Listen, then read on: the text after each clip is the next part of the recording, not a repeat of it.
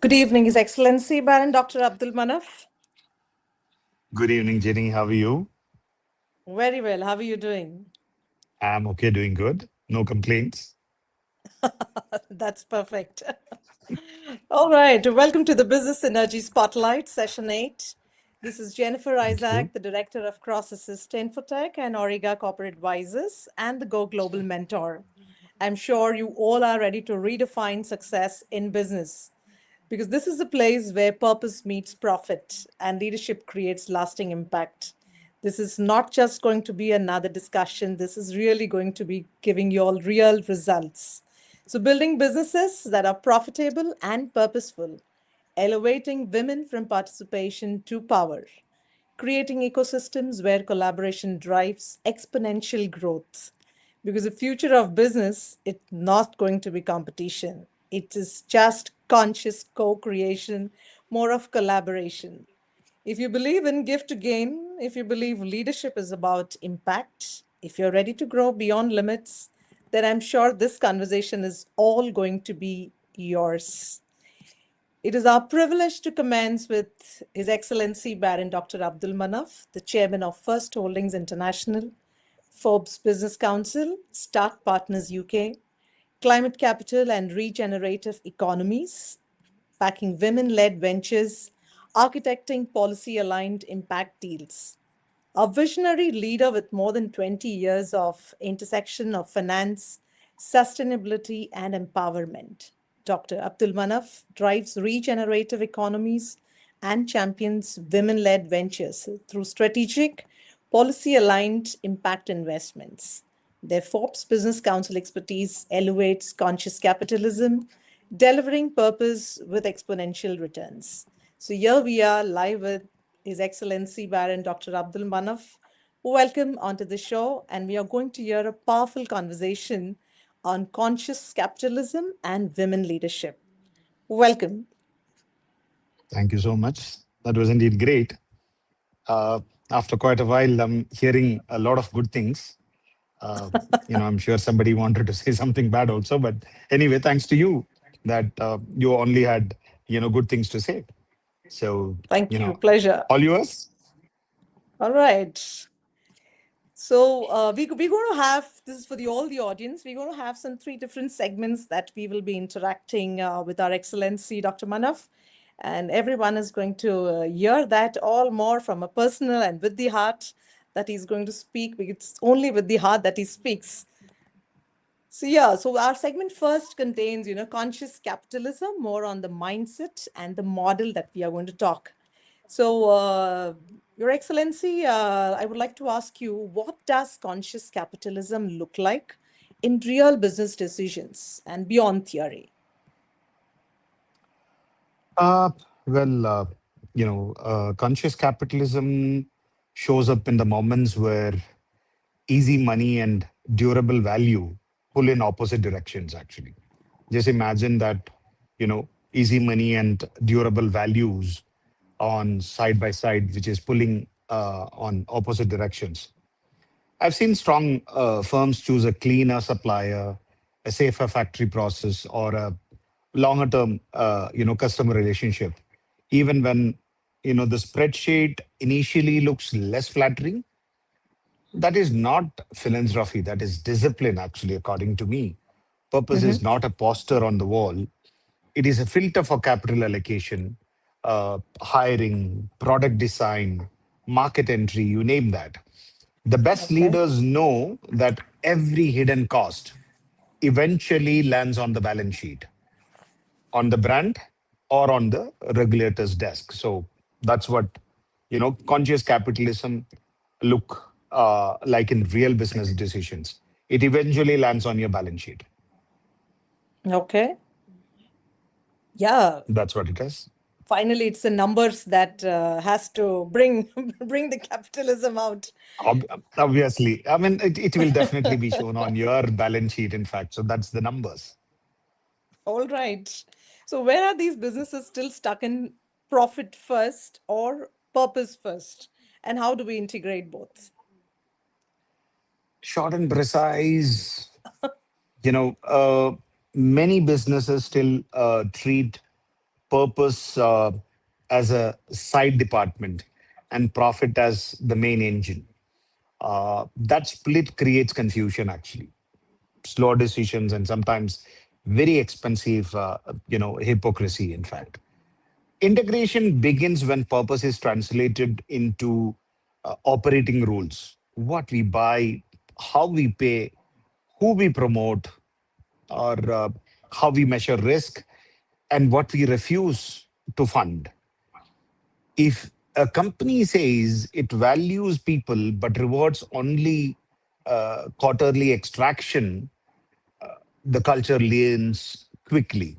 So I often tell the boards, I mean, especially my board or the boards which I advise, basically, that you do not have to do two business models. You have to have one model with two consequences, actually. The Okay. work is to make them reinforce each other, not to compete with each other. So, you should have basically two business model with two consequences, actually.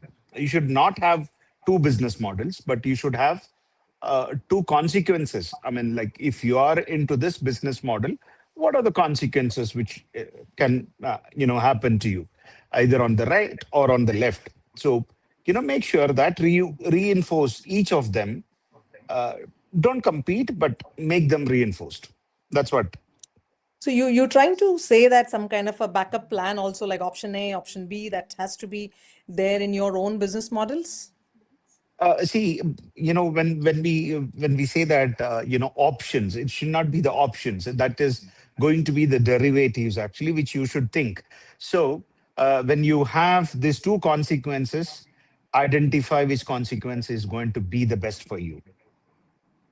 See, God Okay. always says one thing. If you are a believer, you know, we always curse the God, saying that, oh, God, you pushed me to this. But actually, He has gone and shown you two way, but you chose the wrong one. So that's why you are into trouble. Similarly, in what do you call, in the business models, uh, you should always think about the consequences of those models, actually. So you have to introspect on those models and come up with those two consequences, and then that will lead you to the right place. Okay. Got it. I'm sure our audience are also listening to this and saying that, yes, let's all work No, out I on mean, these two I consequences. could go ahead. Yeah, I could go ahead and lecture on that one quite lengthy, but I'm sure everybody who is here, I don't want to bore them, actually, by Yeah. giving that entire stretch, which I'm sure Aziza would always do that one. So I leave it to her. Probably you never know. We can have one more session of just talking on those business model and the consequences. So let's have that. Definitely. No, let the people reply. Let's Of see, course. if they Yeah. wish to learn more, understand more on that one, we are open for that. Yes, we will hear them on the comment section for sure. So tell me, what characteristics define conscious leadership and directly impact the profitability and sustainability? Seems to be more like a twisting ones, but this is now a little going more deeper. And I'm asking this: what characteristics define conscious leadership and directly impacting the profitability and the sustainability? The simplest thing which I can tell is self-awareness. The Okay. leaders, the leaders who cannot regulate themselves usually end up making the whole organization pay for their mood. We can have few more things added to it other than self-awareness. let's You let's can. why don't we just talk about, we don't have to take names and all, but let's talk on with some examples so that people who are listening to us can probably correlate on these impactful profitability, sustainability. For them, these are all kind of probably heavy words that we're talking on the conscious capitalism. So maybe we'll just try giving them some examples which can give them more clarity. I mean, look at a leader like Indra Nui, ex PepsiCo Yep. chief. Look at her life. Read about herself. She got to know about herself, you know, in the beginning itself, and she happened to be the best leader. So that is one person which suddenly come to my mind. You Yes. know, and there are other people. In fact, Yeah, I'm she's I'm not quite saying powerful, impactful, she's that we quite can powerful, always say. impactful, Yes. even now, Yes, after her yes, even retirement, now. Yeah. and obviously because her long horizon of judgment have put her into this level. The conscious leaders doesn't confuse speed with strength. That has to be the biggest quality, and that is the biggest quality of conscious leaders. They don't confuse speed with strength. You don't need to be Usain Bolt. Actually, you can be the long runner, because endurance is uh, looked after or celebrated. And Yes. obviously, one more thing is the stakeholder literacy. Uh, should understand the employees, we should understand the customers, the communities which we are in, the regulators, with whom we are working, and obviously investors as part of one operating system. The other thing which I wanted to add over here, giving example of Indra Nui itself, that courage with restraint, the courage to say not to bad capital, and the restraint to avoid vanity projects dressed up as strategy. The result is not softer leadership, it is a sharper leadership with fewer surprises. So you don't surprise yourself, actually. You be sharp enough while you are taking those decisions, in fact. So you should be self-aware about yourself. That's the first thing which I wanted to say. Yeah, I think something that we'll have to just make people really aware about that. And self-awareness is one of the biggest example that you have given, and that's a very live example because she's come on to Indra Nui has come on to so many platforms, and she's been talking about it. She's been literally talking about her boardroom experiences where she's so bold enough to talk, of course, and the way that women, since we're talking to women in leadership, the way she talks about her juggling, and she's being so open to say, "Oh, it's so difficult. I Yep. really manage." Okay, she never says that I've been Being a balancing. Okay, mother, she's of yeah, course, being a mother, yeah, that. So that's the yeah, beauty of it, actually. correct, And correct. she So never that she's succumbed a to that female. pressure. Yes, correct. She's she's more bold, and like Yep. we all say that definitely purposeful leadership she has, and quite impactful that she has even brought into the PepsiCo. So that's a Yep. wonderful example for self-awareness. I'm sure people can really correlate that.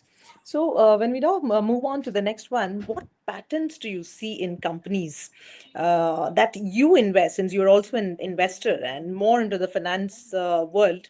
What do you look into these companies in successfully aligning their impact as well as their income?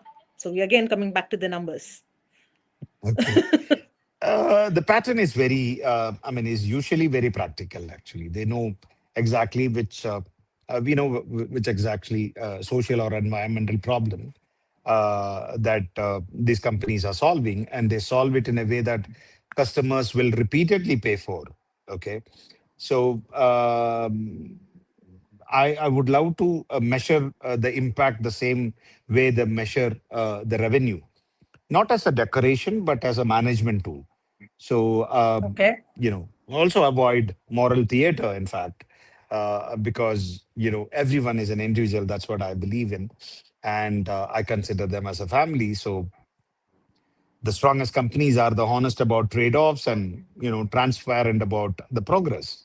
That's what I love. Another common pattern is execution quality. Um, to keep the mission tight, the unit economics healthy, and the governance clean. That combination is rare, and that is why those companies wins at the end of the journey. So yeah, that's what I believe in. So when you are also an investor, and sorry, this is a little off track, but then I just wanted to understand that do you also try mentoring these companies in your own way, or just leave it as investment, or then come back and see just the figures? Okay, let me tell you one thing. Mentoring, um, it's a word which I used to like, right? But I have rephrased it. Okay. I believe I would talk more about that one in my closing statement. Sure. I would definitely tell you about that one. Okay. All right.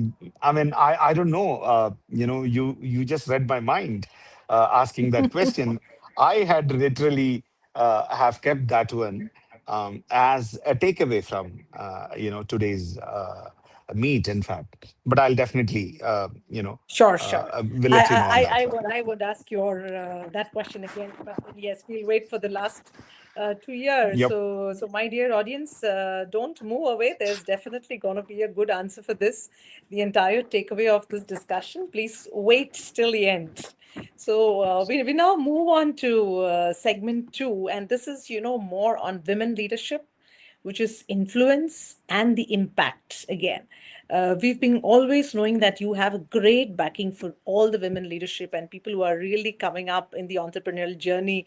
That is something we really like about you, Your Excellency. And this is something, why is women leadership so critical to scaling conscious businesses today? Because scaling conscious business requires better judgment, broader signal detection, and stronger trust. Uh, if you may recollect, I always used to say that I trust you, and I really Yes. mean that. So evidence from IFC shows that higher representation of women in leadership is linked with improved ESG performance and stronger overall company performance. In plain language, when more women sits at the table, companies tend to see a risk earlier, uh, question assumptions more effectively, and build institutions that are less brittle. This is not about symbolism, it is about performance. If you want resilience, actually, you do not leave half the talent pool outside the room and then call the room as strategic. So, you better have the woman leadership coming into your boardroom and fill that talent pool so that, you have uh, uh, you know, a stronger overall company performance, and which definitely would tend to see risk earlier itself, because that is the quality of woman leadership which I have seen, is that they could foresee the risk earlier. And it is on a positive note. I would always say that my board, especially by my women leaders, my colleagues over there, uh, they have more questions than answers in the boardroom. So, that makes that boardroom more lively. So that's what it is critical. So more of interactiveness that ensures that the boardroom is more lively. So are like probably only talking about the numbers, and women are talking about, all right, let's move beyond numbers also and see how impactful we're going to make. That sounds better. So probably we'll just end up that one out over there, saying that let the men start thinking of getting more women onto the leadership roles. Exactly, exactly. That's what that has to happen. Yeah. And it has started happening. I would say the change has already begun. Yes. Yeah. Yeah. Change has begun. So what do you think are the invisible barriers women still face, even at this leadership level? They are facing. Of course, let's be very, very honest. We'll be Hun- putting it across to all the men out over here that women are still facing that at the leadership level. So let them also start thinking, and you also please go on. No, 100%. I mean, there is a lot invisible or visible barriers women still face, and I'm sure whoever is listening to us would mention 100 of them, which is visible or invisible. But to me, um, it's all subtle, what do you call, barriers, which I have been seeing. Uh, Women are frequently judged on, certainty, while men are rewarded for the confidence, actually. I have told you an example actually. One of a senior banker in India who had disguisedly went to another bank, approached for a loan, uh, and another branch where she had sent another person, a guy, with the same what do you call project report. Uh, you know, the question asked to the senior manager. I mean, she's into a senior management actually. Was that, ma'am? Are you sure you would be able to do that one? So, they're frequently, the women entrepreneurs, especially, are frequently judged, but the men are rewarded for confidence, saying that, oh, sir, I mean, wonderful project. I think, you should, approach us at the earliest with the numbers so that, we can sit and negotiate on the debt side or the loan side. So, this is what I feel. And obviously, they are asked to prove their competence repeatedly, while others are granted in assumption because it seems that this patriarchal world says that men can do it and men are always right. And, that assumption is always there. But every time a woman walks into a bank or to an investor or to anyone for that matter, they should prove their competence repeatedly. They also carry more of this invisible labor, like emotional smoothing, team cohesions, reputational cleanup after messy decisions made by people with louder voices. uh, in many rooms, I have noticed that the challenge is not access to a chair, it is access to real authority once seated. The chair may be there, but the microphone is still being passed around by the old habits. It doesn't come to a woman. So that is the challenge which the women are facing, not in my organizations, but others. That was a good one of clearing it. But you know what? When you said that they have to keep on proving this lack of confidence, I don't know when this will leave from them. So, anything that you really want to tell all the women uh, how to build that confidence? We just spoke in our last session, but then I really want to hear from a male member present here. And you're the best one to give an answer because you've been respecting them a lot. You trust on them a lot. Trust me, the thing which you need to understand always is that one day you're going to win. Whether this society is going to support you or not, one day you will win. So, what to lose? Fight for it. The Go day ahead. will come, the day will come for you. Yeah, I totally like this one. So the last session, I remember somebody asking me this question, and this is what I said. I mean, I would say that what finally, yes or no, right? Just go Hmm? on, Hmm? move ahead. Don't bother on anything else. Nobody's going to say anything. My So, mentor have advised me one thing is that fail, FAIL, is nothing but first attempt in learning. So you are not literally failing. You are learning something. So keep learning. What do you want to lose it? yeah, and that's what we're You going know, to learn till the end. yeah, actually, to every woman, mothers around over here in this meeting, or whoever is listening to this one, um, just think of one thing about your kids. Have they ever got milk without them being crying? No? Even the mother will not feed them. So keep crying. The day will come for you. Keep fighting. Your day will come. Our day will come. Exactly. It's Exactly. already begun. So let's not say that our day will Yeah, it's come. already It's begun. begun. It's not too far. So the It's not too yes, far. it's not too far. Okay. Well, we've got, one question. Let's just take this one. Okay. What difficult trade-off best reveals whether a company is truly practicing conscious capitalism and how should leaders handle it? Leaders handling Yeah, conscious capitalism. what difficult trade-off best reveals whether a company is truly practicing conscious capitalism and how should leaders handle it? The leaders have to have that courage to handle it. Okay. Uh, to be more precise on that one, as I said again in the beginning, that these are few things which you are going to listen on my closure note. The reason Okay. why, the reason why is that uh, most of them would always love to have something which is a takeaway.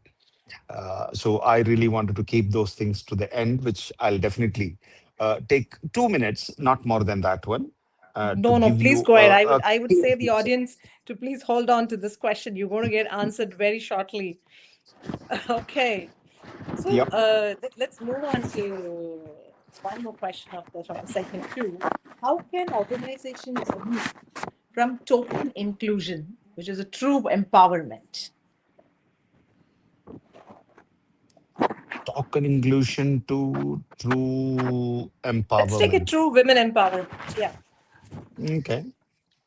Uh, Stop counting only on attendance and start tracking influence. Uh, you know, true empowerment means Yes, yes. true empowerment for a woman is not to just sit on the boards. Actually, they should own the budgets. They should own the product lines, strategic mandates, profit and loss responsibility. Um, so you know, I'm coming to those mentorship thing actually, right? Hmm, hmm. Let me tell you that you know it should not be just a mentorship. Actually, it has to be a sponsorship. What mentors normally do is that mentors give advice, right?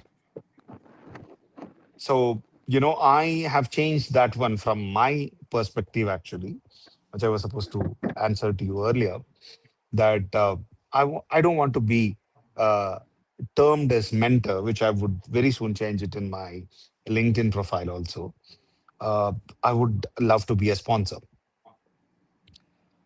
So, this is the change which I have Very, said to very you. few people say that you would love to be a sponsor, and that's Yeah, I don't something want to be our audience is going to hear. That I don't want to mentor because mentors normally gives advices. But as a sponsor, the sponsor open doors, put their name behind your rise actually. So, I always tell this to everyone wherever I invest. I have told them that I don't want to be the front end person for you. In fact, it's your project. You need to run that one. There is zero interference on administration and operation of the company. So I would love to be that sponsor who opened the doors for you and put my name behind your rise, actually, not in front of your rise. So, organizations also need a promotion criteria that are visible and audited. So, advancement is not a private club with a polished logo. um, Tokenism is when a company celebrates the presence of women. Empowerment is when women change outcomes, actually. So, a company can celebrate the presence of women, but the real empowerment is when women change those outcomes, actually. So that's what true empowerment is all about. yeah, and this would definitely lead to the co-creation and the results that we're going to talk now. Moving on to this segment, which is more onto the action and the growth movement. So, what does a high-performing, gender-balanced leadership team actually do differently? Probably something They together challenge, that these people, yeah, yeah, of they course, they do challenge faster and challenge. decide better. Yes. They challenge faster, they decide better. A balanced team, people are less likely to confuse consensus with truth because different perspective surfaces earlier. They are more likely to test assumptions, stress the plan, and notice risk before it becomes expensive. I also see better customer empathy and stronger internal accountability because there is a balanced team. When it is definitely a gender balanced leadership, actually. And frankly, The meetings are usually more productive, less posturing, fewer speeches to design or impress, oneself, and more of work. That alone can lift performance in any market. So, gender balance is what has to be there. So this balanced, gender balanced, as well as the balanced outcome which is coming out of this, do we even take that as a balanced outcome, or should we go ahead and say that's more of an impactful outcome which comes out? No, it is an impactful outcome. It's not no more a balanced one. It's an impact which is coming out of a balanced team. Yeah. So that's what I wanted to bring it to the audience, that listen, when there's a gender balanced leadership which is there, definitely you will have an growth and an impactful outcome which will come. So how can men become active allies in advancing women leadership? Of course, you are the one of the example, but let's tell the audience that how that can be done. That this is why I have changed that terminology. Yeah. Mentor to sponsorship, mentorship to sponsorship. So we always said we help women. Trust me, a woman doesn't need any help. They just need that, that support. So I said, like, moving from the support to sponsorship, and from agreement to action. We all agree a lot of things, like we will do this for women, 50 percentage reserve. We would reserve 50 percentage of job, or this, that, 100 things which is been there in the agreement, but actions are not happening. So, active allies, like allyship actually means giving up some comfort, some airtime, and occasionally some of the old shortcuts that protect familiar networks. Men in leadership should nominate women for stretched roles, actually, share credits openly, challenge bias in real time, and back policy changes even when they reduce their own informal advantage. I'm sure Aziza would, definitely tell you that I always, in fact, even when I was talking to her earlier today, uh, she said that, she was stressed. So I said, like, Aziza being stressed? No way at all, right? Not possible at all.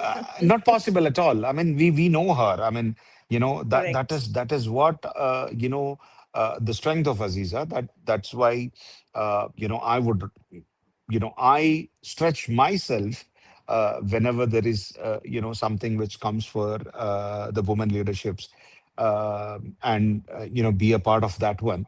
So this policy changes should happen. That's why in my company, or the companies which I invest, we basically follow a corporate investment policy, and it is a policy which has been adapted, which will never get changed. And everyone would love to read those policies which we have implemented. It's not a charity. It's Yeah. a modern governance which we do.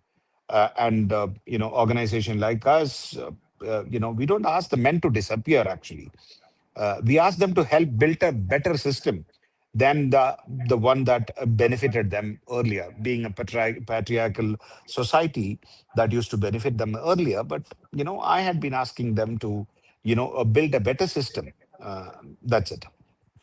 Yeah. So since you mentioned Aziza again and again, I'm sure the audience would be wondering who's Aziza at this point of time. So let me just tell people that she's Dr. Aziza Jalaluddin, and she's the founder of Go Global, Shine Go Global, and the Go Global Mentor Accelerated Business School. So people can actually go ahead and do Google about her. You will get to know everyone is not Googleable, but she's definitely one of the person who can be Googleable. So please go ahead and Yeah. check that. By the time I come back to you, what are the three non-negotiable actions leaders must take to build conscious, inclusive ecosystems? Let's be very specific onto the conscious, inclusive ecosystems. uh, Tie incentives to long-term value, not short-term extraction.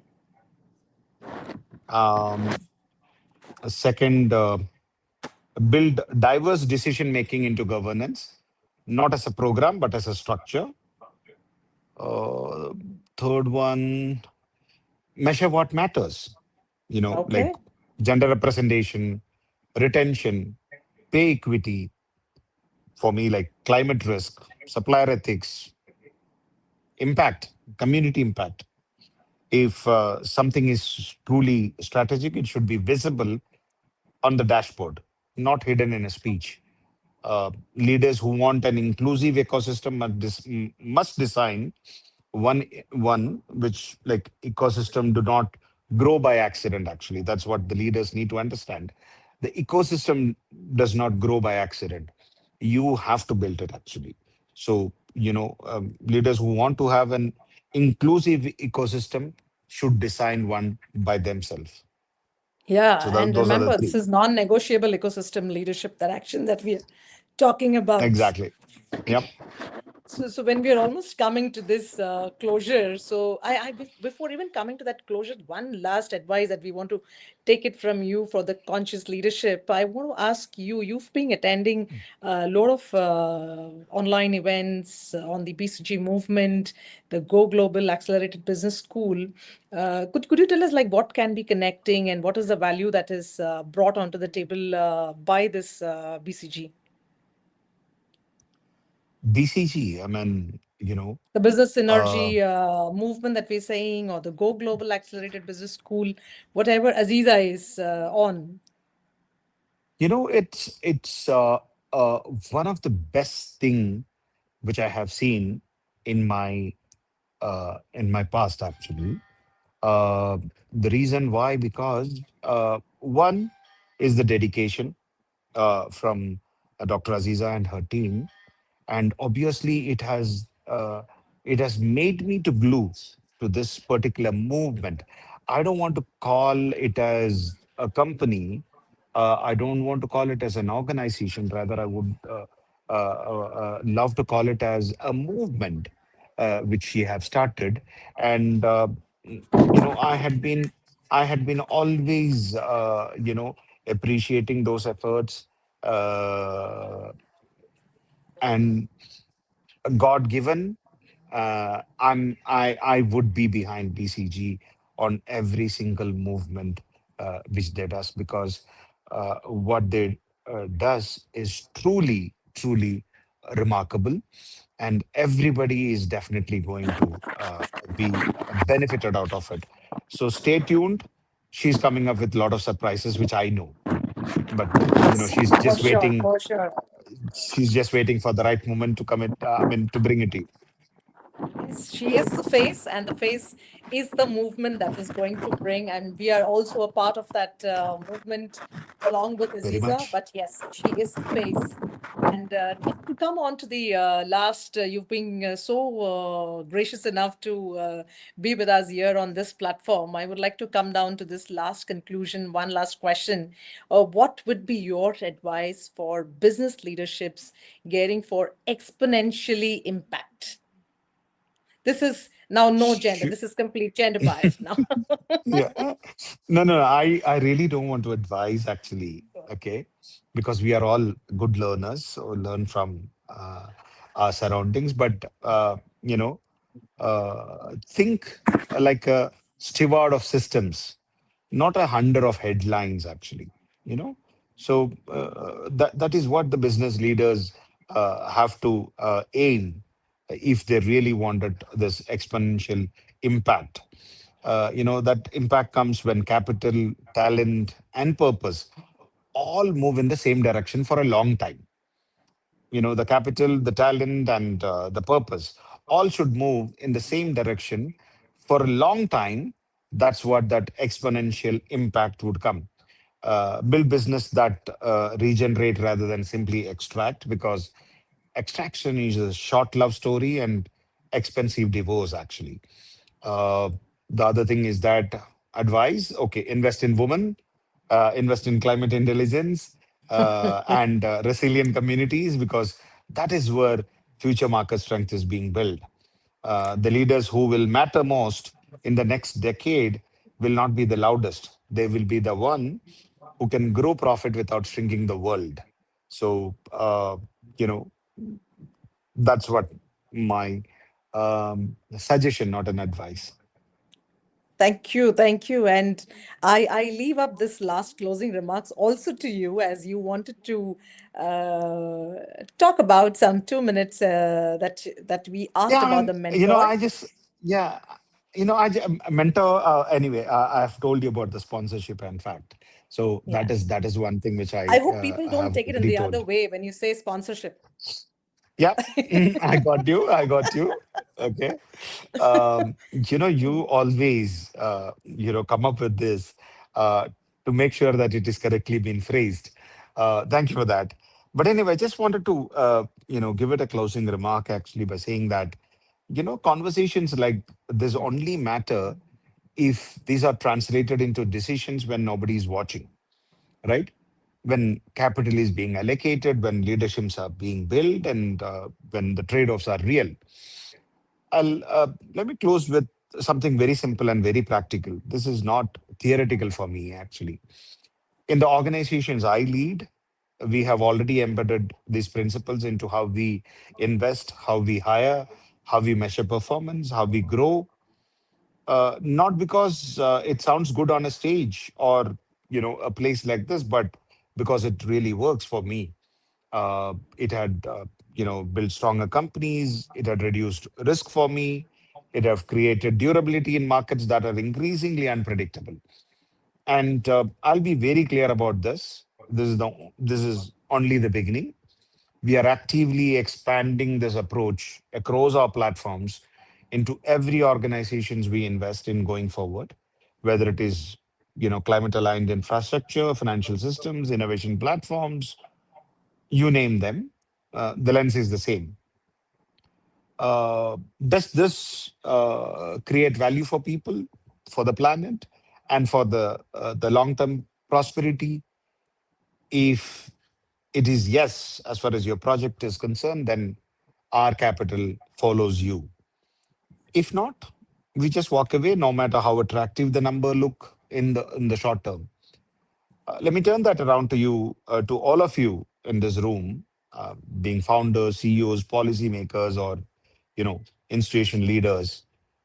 If you're building something today and you're serious about attracting long-term capital, don't pitch to me or to any investor just your revenue projections. I know everybody has got a spreadsheet which is available with them. Most of the investors, including me, I mean, there are quite few like me.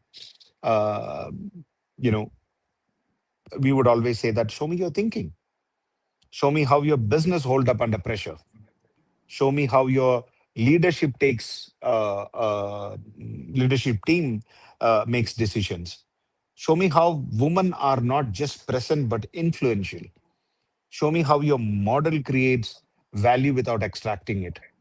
Because the easiest way for any company to get my attention or investors like me or our attentions, and more importantly, our conviction actually, is to build along these lines.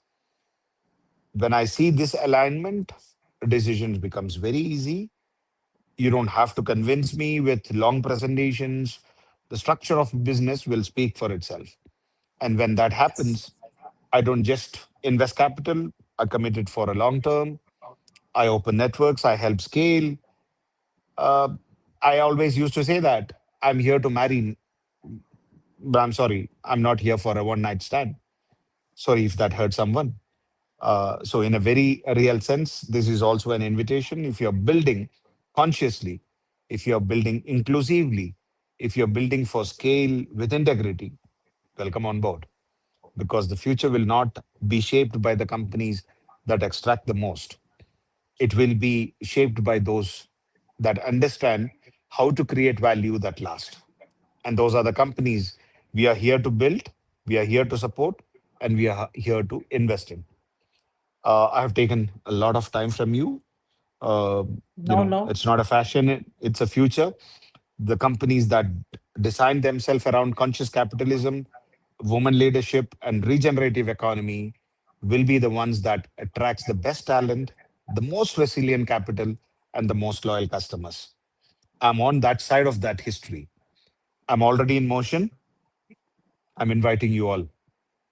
Thank you. Thank you, thank you. And this is an open conversation to every single audience who have been listening to us. And thank you once again, His Excellency Baron Dr. Abdul Manaff. It's been really a privilege to have you with us here today as a speaker. We literally thank you from the bottom of our heart. And this is a project to all the audience. We would like to thank all you lovely audience for being staying with us. And this is a project of Go Global. And we thank all the strategic partners and the co-creating partners for being with us here. And once again, kindly stay with us for this is session 7 and the next session that would come up again. Please stay with us on the same thing, Business Synergy Spotlight. So join in the Business Synergy and the growth movement. You all will keep getting wonderful speakers here on this platform. Thank you all. Have a great weekend. Thank you. Yep. Thank you.